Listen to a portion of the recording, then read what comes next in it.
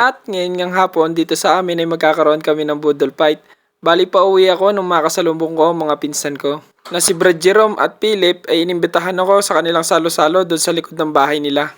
At dito nga'y naglalatag na ng dahon ng saging ang pinsan ko si Philip. At habang naglalatag nga siya, nandito naman ang iba namin mga kaanak. Nakasama namin sa salo-salo na gaganaping budol fight dito sa likod bahay nila. Dito nga pala sa amin madalas magbudol fight lalo na pagka nagkakasama-sama sila. At pwede rin kayo sumama sa amin kasi lahat naman dito open lalo na sa ganitong salo-salong pagkain. Niluto nga pala nila ngayong ulam ay adobong paa ng manok. Minsan na niluluto nila ay mga huli galing ilog, galing dagat o minsan naman ay mga gulay. Basta sila nagluto ay talaga namang mapaparami ka ng kain. At dito naman ay pineflex ko ng konti ang sarili ko na sa ganon ay makita nyo rin ako. Dito nga ay habang ako ay nagbibideo, sila ay patuloy pa rin ang paglalatag ng dahon ng saging.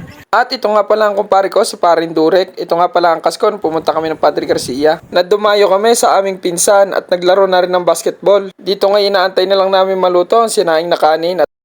At dito nga luto na rin yung aming inaantay na kanin. Isang kaldero nga pala niluto namin kanin at si Parin Durek na rin ang sasandok nito.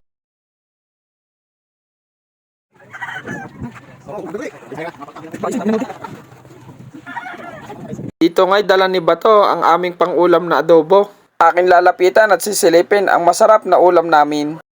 Ngayon ipapakita ko sa inyo ang aming uulamin, adobong paa ng manok. Tingnan nyo naman ang kulay at saka yung lapot. Talaga namang itsura pala ay napakasarap na. Maghihinaw na rin ako ng kamay at kakain na. Dito nga'y salo-salo na kaming kumain. Sadya naman napakasarap pagka ganitong salo-salo. Tunay namang mapaparami ang kain mo. Yung lasa nga pala ng adobo ay sadyang mainam at may kaunti na ring anghang. Kaya't sabaw pa lang nito ay sadyang katalo na. Baka sabihin nyo ako nagluloko. Kayo pumarito at kayo makisalo-salo. Sa ganun ay matikman nyo ang adobo ng aking tiyo. Kaya ang unang subo mo ay may kukumpara sa sarap ng ngiti ng iyong sinisinta. Sadya namang kikiligin ka. Dito ay nag-iingat ako sa bawat subo dahil baka madampot ko ay siling labuyo. Kung hindi ka mag-iingat at iyong maisusubo ay sadya naman tataas pati yung piyo. Ay pinsan o kaibigan, ang iyong mararamdaman pag naisubo mo ang labuyo ay siyang siya na nanunuyo sa sinisinta mong may tuyo. Ay papano, kakain muna ako. Tara at sumabay na rin kayo. Ay wag muna naman kayong aalis, inyo na rin tatapusin. Kumuha na kayo ng kanin at sumabay na rin kayo sa aming pagkain.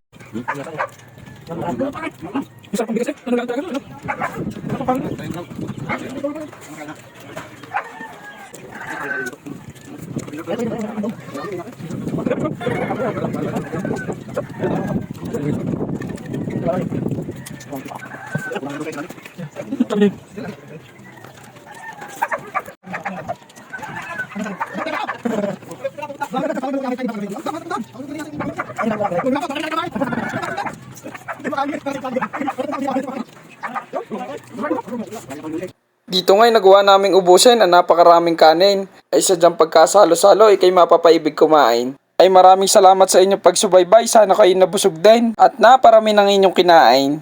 Hanggang sa susunod uli, sana'y subaybayan nyo ang aking mga video. Maraming salamat sa inyo. Thank you for watching. Thank you for watching.